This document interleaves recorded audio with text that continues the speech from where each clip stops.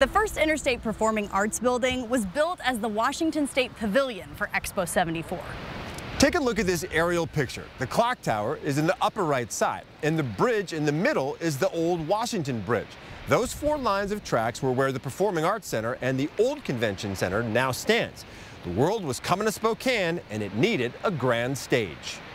While just about everything else from Expo 74 was meant to be removed, organizers had a different vision for the INB and Convention Center. It was at least 2 people who convinced the state that a formal theater was going to work for Spokane's future better than what some others were proposing.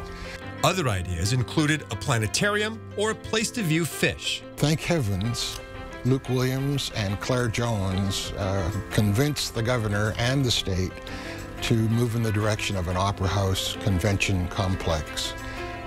And truly, that was the beginning of changing Spokane's entertainment and meeting facilities in this community forever. Washington State kicked in more than $10 million, with another $1 million raised in Spokane to pay for the facility.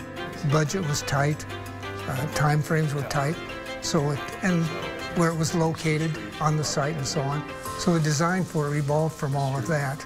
George Knoxheim was the project manager working for the Walker Magoo firm, which is now Spokane's Integris Architecture. We separated the 2 buildings, the Opera House and the Convention Center. Originally they were connected, the breezeway, but there was a community desire to keep that open so people could move through to the river and to Expo. It took nearly 2 years to build, transforming the rail yards into a world stage. I mean, the 80,000 people that the first day it was open showing up to go through it. Obviously, the expectations were really high, and I think the expectations were met continuously. I thought it was amazing.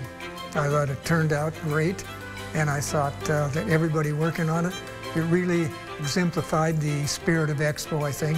One of the acts who performed at Expo 74, singer Charlie Pride, happened to be a friend of George's.